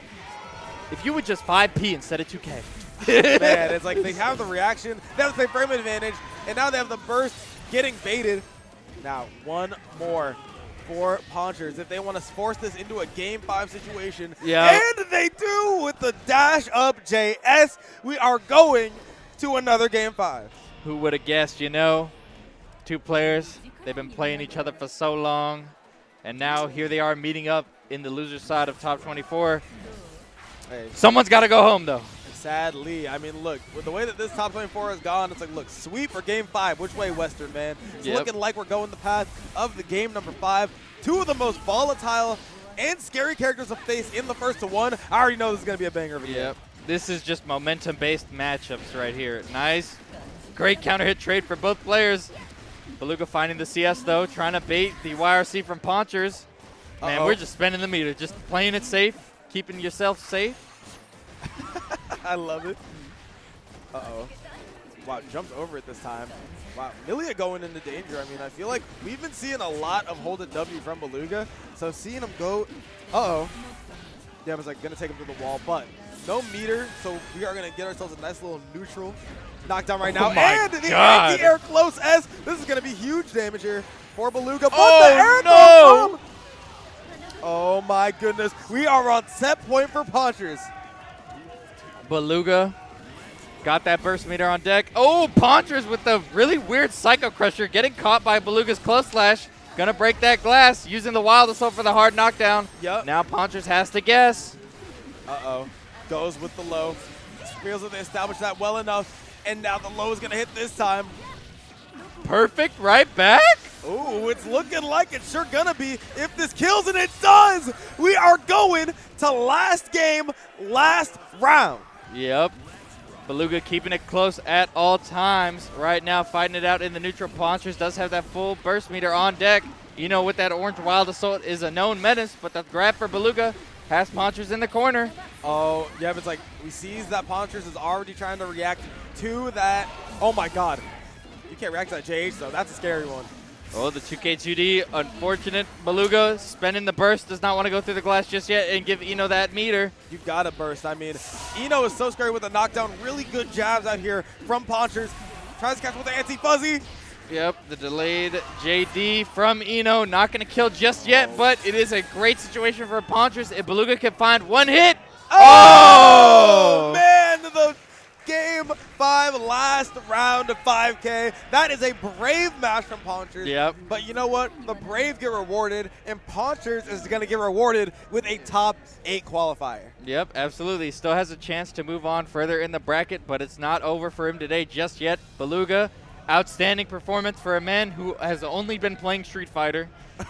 Finding the 13th place here at Texas Showdown 2024. And just a great performance from both these players. What a set. What a set. It's like they have been cooking in the 8, but I see Squanto coming back up, which means that we are going to see Izzy once again got the Potemkin versus the Leo. And now this is once again to qualify for that top 8. 2 young, hungry competitors looking for what I believe would be their first piece of hardware. There's a lot at stake here in this match. Absolutely, absolutely. But that will be our last qualifier for a qualifier. Yep. Now everything else, all these matches you're going to see, winner moves on to top 8, and you'll see them tomorrow. Loser gets sent packing in the most heartbreaking way. Oh, the accursed ninth place, brother. Oh, man. I wouldn't wish this upon anybody. I'm like, listen, how do we have a top 8 with 12 people in it? Yeah, How do we do that? Because I don't want to send anyone home just yet. I mean, I already know I'm having a ton of fun. I hope you're having a ton of fun because, listen, we're just hanging out here on the mic. And now, like we said, every game from here on out, it's do or die. You're either going home with those beautiful medals or you're going home with the suitcase with the hobo sack on the railroad. It's looking a little scary. sad. Bit of a wrestle. But here we go, Izzy repping DFW Squanto, hailing from somewhere in Texas. I want to say they're from Waco. Waco, Texas. Now, all right, for the ill-informed, such as maybe or maybe not myself, where is Waco in conjunction with where we're Waco at? is north. It's an hour and a half to the west of Dallas, I believe. I see. So it's like kind of like in that like northeastern quadrant. Basically. Yeah. All right, for It's sure. up there. It's pretty much up there with Dallas. I see. It's just I an see. hour away. Fire. All right then. I believe Squanto's from Waco. He might be from Houston. We just gonna have to take a little look-see. Let me peep the Start GG as we're watching this button check. Yeah, it's like I love you. I love that you can tell what type of player somebody is just on how they button check. Like if they're doing their text. Tomball, Texas. What on earth, bro? So he's from what? Where is that even at? Oh my goodness. Oh, okay. So he's Squanto hailing from North Houston, basically. I see. Had to correct myself. Had to check the Start GG and look at the map here. Man put the real town. He said, listen, I'm not gonna claim Houston or anything like that, like any of these posers. I'm from Tom Bell. Tom Ball. Tom Ball, my bad. I'm not recognizing. That's on me. And I can hear the OEG chants starting off for Squanto. Yep, I was like, everyone on OEG has just been a pleasure to listen to, man. Like I feel like all day they've just been rooting for their boys, hoping that they make it on through. Flying the flag, repping the colors. Squanto starting it off. No, we're just getting right into it. Oh no. And this is exactly where you want to be. The pain train getting started and going full stop. But luckily, Izzy's able to get out on a technicality. Squanto loves that mix. He loves going for the reset into the Garuda and then PRC Pop Buster. The cheap stuff from Potemkin, but Izzy finding the full conversion, breaking the wall with that super, going to earn that hard knockdown and the positive bonus for all their troubles. Honestly, yep. I was going to say, I was like, going up and pressuring pot is so scary, especially with that 50-meter, and Squanto showed us exactly why. He's able to land the second pot buster, and it's all that he needs to close out that first round. Absolutely. Leo, character with a lot of health, but Pop Buster be doing a whole lot of damage, man. Nice cross-up, good mix from Izzy. Gets the overhead on Squanto, going to break the wall, using the Wild Assault. Yep, just close things out nice and steady. Izzy is going to try to put a round up on the board themselves now. Oh, that burst was a little stinky. Oh, no. Why would you burst on that? Now you are sitting here against Leo Whitefang with no resources? No resources against Leo is crazy because you know here it comes. The soft knockdown. No. Izzy setting it up with the close slash. Squanto mashing just a little bit too much, and Izzy calling Squanto out for it. I mean, that's the thing, though. Like you said, Potemkin has the huge health pool, which also means plenty of potential to get your burst back. They're already going to get it back, and it gets baited. Once again, we are seeing two in the same set, and now you know that you are not going to get this back. The tap dust is going to take it, and Izzy is going to take game number one with a variety of reads here. Yep, nice stuff from Izzy. I can hear the crowd. DFW coming alive. We're up, baby. It's time. Only one word to describe it, and that is electricity. These people are hyped. These people are in the zone. They are rooting for their champion right now with Izzy trying to put another one from DFW into that top 8. Absolutely, and Izzy not going to get the wall break. Just an unfortunate drop on the combo, but Squanto can't get a conversion either. Izzy is actually getting the wall break. Here I am lying yet again. Listen, it's all right. I'm getting mixed. Like, we're getting mixed here in the booth. We got Squanto getting mixed. Like, look, everyone's getting mixed by Leo right now. It's no shame. Oh, White Wild Assault straight through the 2D. No, Izzy wants to slide in with that 50-meter, but Squanto with the forward Mega Fist looking for a jump read. Can't find it in the 5D. That's that 5 Delta. Oh, my goodness gracious. And Izzy's going to take up through the wall once again. Look at the health deficit. To be honest, though, it's such a scary spot to be in. Nice block on the dust. Squanto, a known charge duster, bro. That was charged, man, by the way. Oh, yeah, I know. I mean, I don't know what got in these pods' heads, but they love that charge dust. There's something in that Tomball tap water. They got something crazy in there because the charge dust is a virus for sure. Tested negative for lead, positive for charge dust. But Squanto got Izzy in the corner now, using the RC to bust that glass with the 6H. Look at that damage, even on a character like Leo. Yeah, so much damage. Oh, I like that. BRC, you better respect me. Counter hit. You are not back mega fisting out of this situation. You're going through the wall. Catches Squanto trying to do something, right? Catches him standing up in some capacity. Catches him trying to go for the HPB to get out of the situation and mixes them up one more time. It's going to be 2-0 for Izzy after the reset. It's looking like a big old donut, man. Oh. I smell a donut. The hot and ready sign is on. We're putting it right back on, baby. You already know. Get on the app. Shout out Krispy Kreme. That is not sponsored, by the way. We are going 2-0. We got one more for Izzy if they want to go ahead and close this out. Izzy up 2. Izzy up 2. Yep. It's like production. Listen, Slot said production, y'all need to put some respect on Izzy's name. I just want the VOD to look nice. You know, man. I'm considerate out here. 100%. I understand. I understand fully. Slide head from Squanto, straight out that pressure. The forward Mega Fist not getting punished. Izzy unable to find it, but the air grab, yep, just like you said. You so smart, bro. Hey, listen, I do a little dabbling in this game. Cross up for Squanto, stealing the corner, or actually not getting out of the corner. Uh-oh. Yep. Big old damage right here. Not going to kill just yet. Does have that 50 meter. No. Yeah. Ooh, it's like, you know, sometimes with 10K rounds are just going to happen. You know, it's like not even trying to be biased. You know, it's just sometimes pod will just do that to you. You'll wake up and you'll be like, huh, I guess I only have one heart left. Yep. What's going on? Potemkin, he just does it to you sometimes. Oh, yeah. When the pop player has the right reads, he looks like the best character in the game. Oh, yeah. It's like, I mean, Squanto has just had a ton of these right reads. Oh, no. The slide head, nice PRC from Squanto, but Izzy finding the big counter hit and getting the mix shop opened up. Back turn S, gonna break that wall with the super. Not gonna quite be able to kill. Now one more mix-up is gonna do it, put Izzy at set point, or is Squanto gonna be able to find something here? Yep, Garuda gets backdash from Izzy. Oh no, does the same mix-up again, goes into the fast RC, into the tap dust, and now Izzy is one round away. DFW is on fire right now. Absolutely, looking for another top 8 spot is Izzy. Squanto might have something to say about it, but he's gonna need a reverse 3-0 if he wants a chance. Does find the counter hit with the 6K in neutral, but man. Izzy answering back with the punish on the whiff Garuda. Wow, what a backdash there from Squanto, really making sure to keep themselves in this thing. All right, now, catches the backdash there. Yep, can't get a full conversion with the 6K, no wall bounce for you. Back turn. This is such a scary spot for Squanto. Izzy has Squanto right where they want him. Has to try and get this burst out somehow. Oh, not bursting on the minus frames. Oh, just saving it all. Oh, no! Gets right back in there. Is this going to be enough to kill? And it is! The pillar is going to be enough. Izzy popping off a little bit in their seat. Not going to be the base one, but going to go ahead and qualify for the top 8 with a clean sweep. Izzy putting on a show for all the Dallas-Fort Worth in the arena with us right now. All the Dallas-Fort Worth in the chat. Everyone that's sitting out there in Dallas, giving a shout out to their Oppa. I respect it very much so. Listen, us K-pop heads got to stick together, and Izzy is going to stick out there in top 8. Now, Sloth, how we feeling?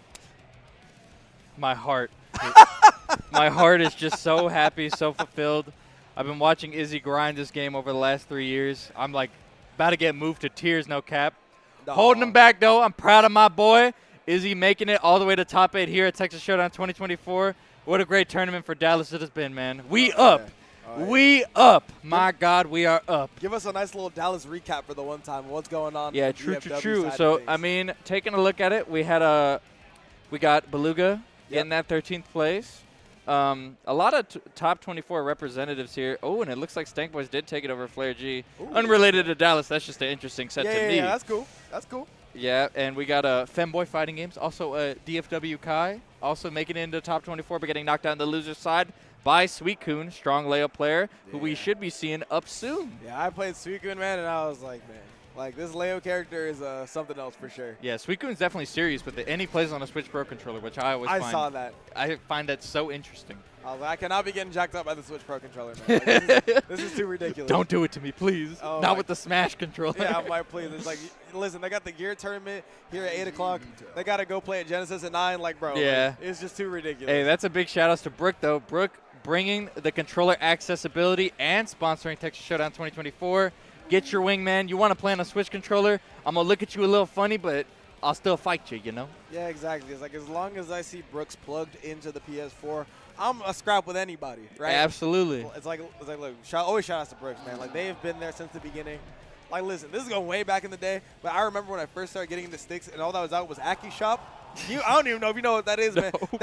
Exactly, bro. Like I'm talking about some real olden activity. The moment that Brooke came on the market and they were like, listen, not only do we have PS and Xbox 360, what if you want to plug this into your Wii? We got you. Yeah. I was like, this is insane. Yeah, that's the craziest curveball. Shout out to all the TVC players battling it out on that Wii. Yep. It's like, I don't know what you want that stick for Wii for. There is about 2 TVC players. Shout out to GC Yoshi.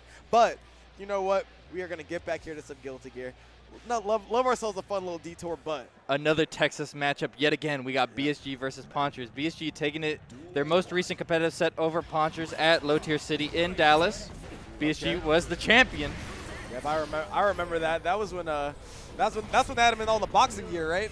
No, that was Rise and Grind. The Rise and Grind, which all right. BSG also which won. Which he also won over Squanto. Man, I'm telling you, man, that one was too funny. I'm like, listen, they do not have my boys in this boxing gear right now. None of them can fight. What's going on? No champion. BSG finding the hit with the overhead. Ponchers spending the burst. Does not want to get sent through the wall just yet, but BSG might just have something to say about that, man. Oh, man. Yep, there we go. Able to get that JS, and now the party is starting. 2K counter hit. BSG maybe mashing that Anji 2P. It's like a drug to him. Yeah, exactly. That 2P is just so good now, especially now that the reward got buffed. Was already a great button, and now just has so much more utility on the defensive side of the things. Wonderful conversion from BSG. Masterclass Anji taking it over Ponchers. And both these players in the same crew, by the way. Shout-outs to We The Eaters. We The Eaters? From the DFW. That's what they call themselves. That is hilarious. It's fire. Oh, man. You know what? They got it, man. Yep. Those are the homies for sure. But right now, Ponchers is not being a very good friend to BSG. Setting them up for it and knocking them down with that command grab. Listen to this song, my boy. Who said Eno wasn't a grappler? Putting on an encore for him. He's going to go ahead and give him 7 things to think about right there. Yep, them 7 perfect letters. They ain't golden, but they white. It's okay. White letters are gold letters. Yeah. You know, like white and gold. It's that white gold, you know? Yep. Shell fiber, they said. Oh, 6P from Ponchers escaping the corner situation. BSG getting caught. God. You know what? I could feel BSG's eye roll from here. Yeah, the moment absolutely. He got hit by Big wall break for Ponchers, setting up the hard knockdown. BSG does have the counter on deck. Ponchers looking for the bait, but BSG finding the throw. Ooh. 5D. Can't get a full conversion, though. Ponchers defending for his life. Good reactions, but it's not enough. Yeah, it's not going to quite be enough. Hit him with the wild assault. Even things up now. Good chunk of damage. Remember, I was going to say, like, there's lots of defensive options that are on the table for Ponchers, and that burst is going to be one of them. Ooh. Now, 2D actually whipping. So unfortunate for Ponchers, setting out the PRC, trying to get in by any means. Nice defense here from BSG. That boy blocking. Uh-oh, the 6H is going to come out. Now has to try to find one more hit to take this. Ponchers is able to navigate over that. Bring in the 6P to close it out. Stop trying to hover on me. Certified young man reactions here from BSG, taking that first game in this set. This loser qualifier for top 8. How does he do it? Starting it off. Blue Sky doesn't even play this game. Guy is out here getting it done, trying to qualify for this top 8.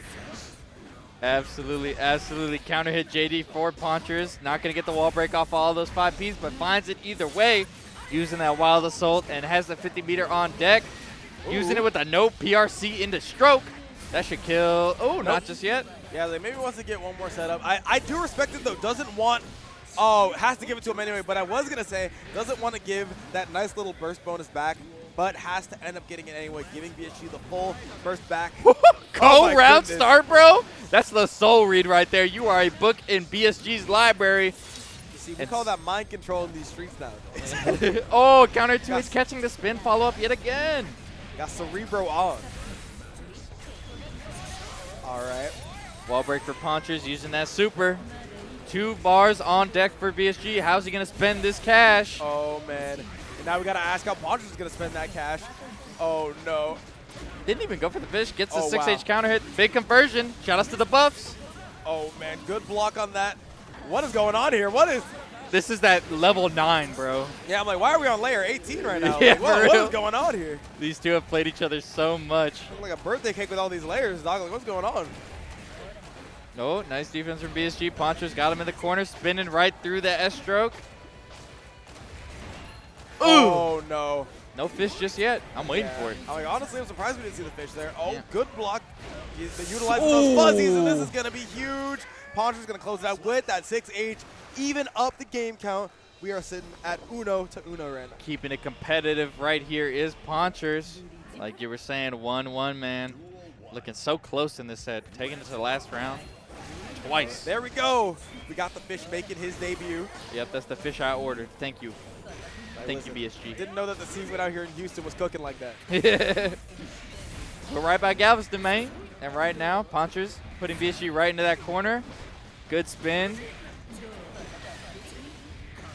Oh, good block on the tap dust. What? How does he know? Empty jump tap dust was crazy, and it's even crazier that Yeah, BSG just blocked that. I was going to say, I was like, that's crazy, but like he blocked it. Yeah. Like, what's going on? I feel like he was going for empty jump 2D. This is likely. Oh. Now Ponchers might be trying to, like you said, pull out all those layers, gets the throw, and that's going to be minus 50. Thank you for your purchase. I'm going to flip the iPad around, and I'm going to make you leave a tip right here, and that tip is going to be the round. Yep, nice 6H to close us out from Ponchers, trying to move up 2-1 over BSG. But BSG does have the Wild Assault on deck. If he elects to spend it, has Ponchers in the corner with the butterfly setup. 2P Abare whiffs, and Ponchers finds their way out using that Eno hover dash. Oh, wow, really good way to slow down the pace of the gameplay. Utilizing the fact that you could vary up that spin timing, getting big damage on Ponchers right now. Gonna close this chapter with the fans, send us over to the new one on the other side of this wall. Plus frames for BSG. And, oh yeah, that's the classic right there. Hits him with the this only works on good players mix. And hits him with the tap dust to close out this round. We are looking at 1 round apiece once again. My God, all these sets have been incredibly close so far. Yep, absolutely. And BSG and Ponchers, no strangers to trading blows back and forth, serving up that fish. Got Ponchers in the corner. Got to deal with the butterfly throw situation. Plus frames and the 5 no. delta. Yep, and utilizing that burst to, at least mitigate the resource loss by a little bit. But you're sitting there with no resources, no burst now, and BSG is going to take advantage of it with the mix off of the butterfly. It is 2-1 for the Blue Sky Guy. Do you smell a game 5? I hope so, man. It's very I'm having too much possible. fun. It's very possible. I want to see this set go all the way to the distance. Let me get a game 5 last round. I'll never ask for it again. If you up there, G-O-D, help a brother out. Yeah, I'm like, show us something crazy now. Oh, spin, BSG, dancing through the haters. Uh-oh. Nice defense from BSG. Ponchers trying to build up that risk a little.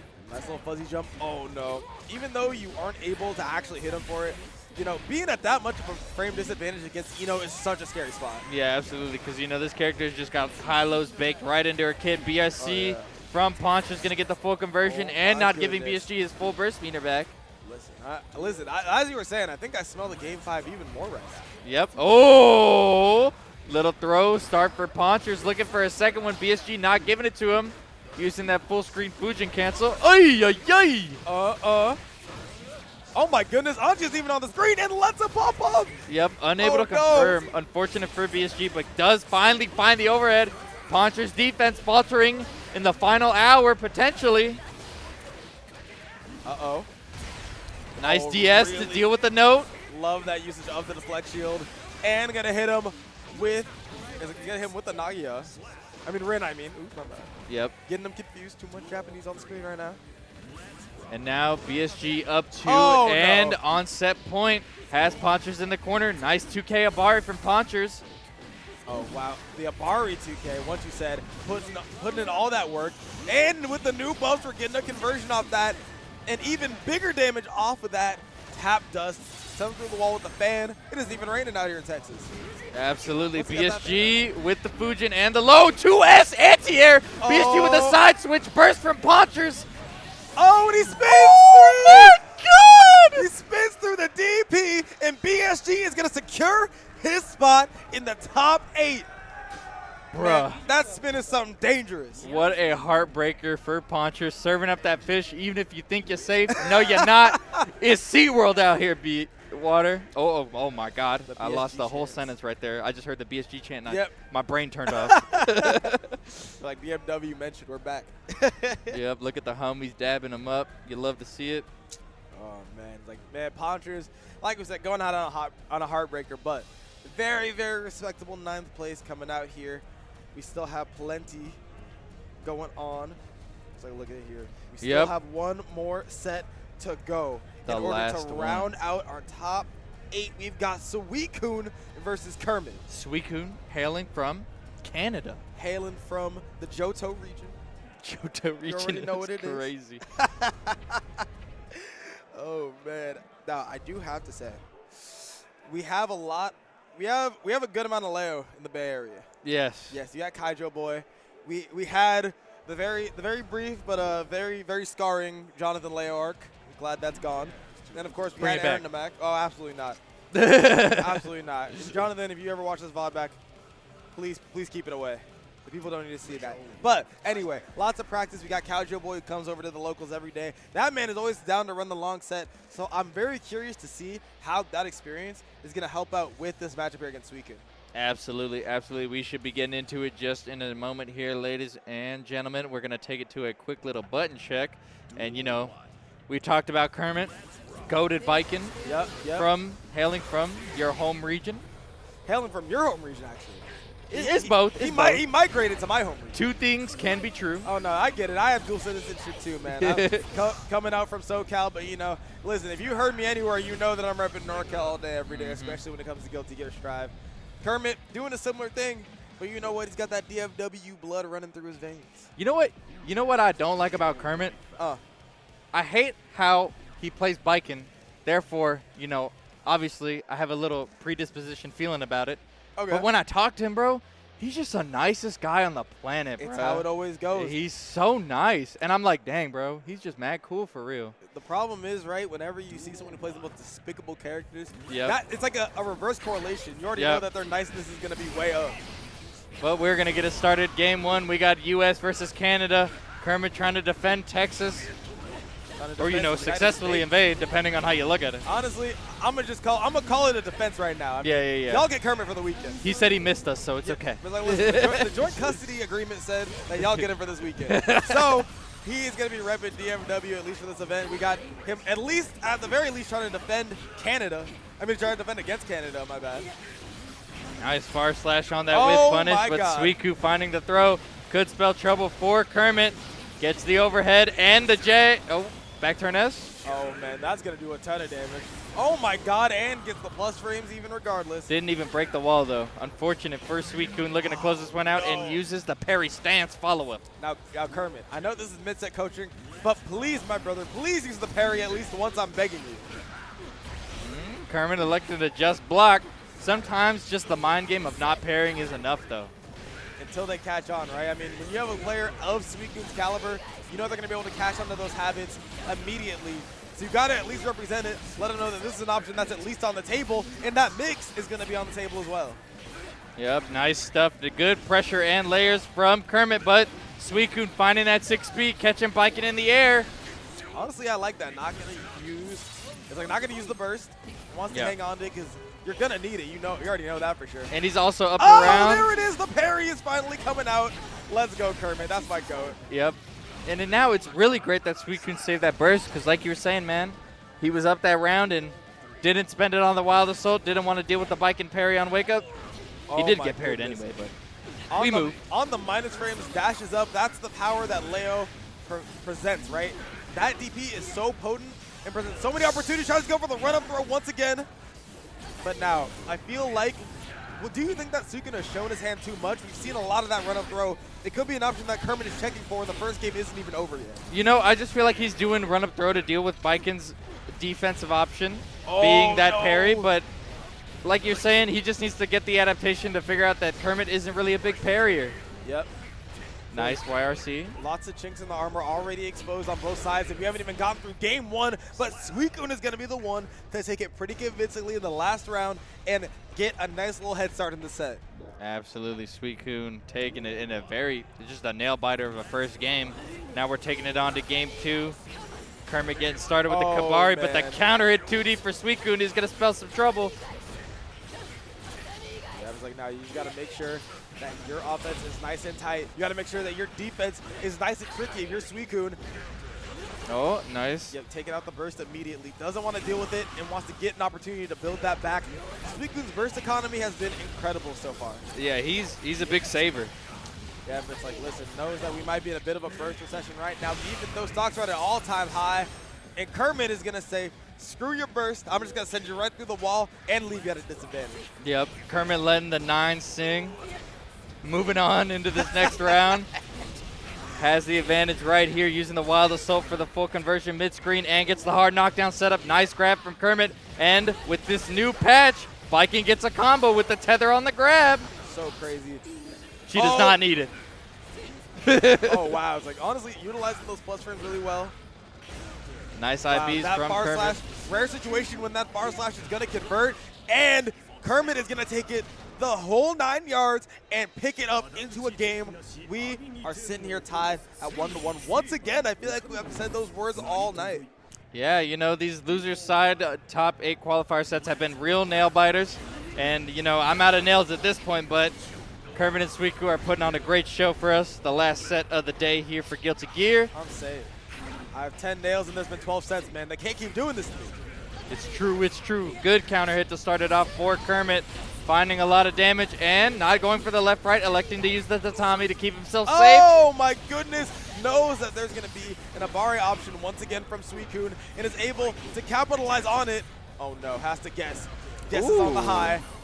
Yeah. Oh, honestly, getting out the Wild Assault, and now Kermit is going to take that once again, going on a nice little streak here to take a nice little edge in the set. Yep, absolutely. And now neither of these players have burst on deck for oh this man. second round. Yeah, he did. The parries are out, man. The stops are off. He's tired of blocking. Oh man, I gotta say, I love both these players, but man, whenever I get backdashed by the tethered Viking, it's just makes me so tilted, man. You just know it's coming, bro. It's the plus frames. You gotta respect it. And I can't do anything about it. Nope. Why do I know it's coming and I can't do anything? Oh, nice JD from Suicune, mixing it up to get out the air in the corner. Oh man, you're dead. Easily enough, and Kermit is going to go up 2-1. One more game for Kermit, and Suicune has a couple more that he's got to win if he wants to come out here invading from another country, try and come through and take a medal right from under DFW's noses. Yep, Kermit not just defending Texas, but defending the United States from this Canadian. Call him Steve Rogers right now, man. This man has a country to save, protect, and serve, but Suicune is not making it easy. No, not at all. And, oh, nice guard point usage from Suicune. Gonna break the wall. Oh. Back turn S, not quite enough. Could use the guard crush, unfortunate. Oh, all right then. Oh, okay, the walk-up parry, and then it's just gonna go ahead and throw. Nice little fuzzy jump coming out from Suicune. Like you said, Suicune, you can never count them out. They are just they're really talented on the lay, you know what I'm saying? Even though they might take more aggressive options than you might be used to, like just their ability to set you up and condition you properly is so ridiculous. Yep, and what else is ridiculous is this crank wrist for Kermit. Finding the counter hit, Suicune has to spend the burst if he wants to have a chance at taking this round. The known level 4 attack, 5P, coming out for Kermit. Oh, super, right through the tatami. Take that mat back to your house. I don't want it. Uh-oh, send him right back to the dry cleaners, and now not able to get the double overhead, but applies yet another tether. What a far slash. Look at this combo. Oh! Oh! That's that knowledge right there coming out from Suicune. That is so funny. Looking to take this to a game 5 right now. Kermit Not a lot of health, but does have a lot of meter to spend. Here comes the mix. Yep. Nice DP. Really good timing on that DP, and we are going to a Game 5, ladies and gentlemen. Who is hungry for this top 8 spot? One game is going to decide it for us here today. Not even going to think about it for a second. Both these players jumping right back in, trying to get this over with.